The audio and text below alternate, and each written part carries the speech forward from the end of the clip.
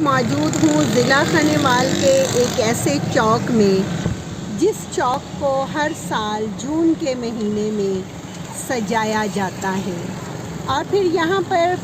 باقاعدہ سے دوبارہ سے رینوویشن کے نام کے بعد تختی لگائی جاتی ہے۔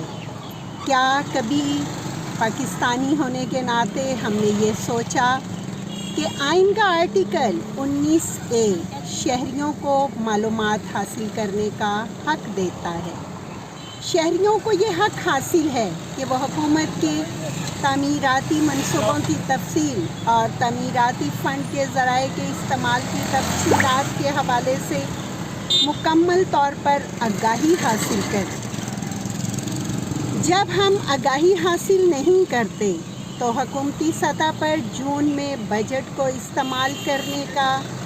اختیار مل جاتا ہے اور وہ بنے بنائے خوبصورت چوکوں کو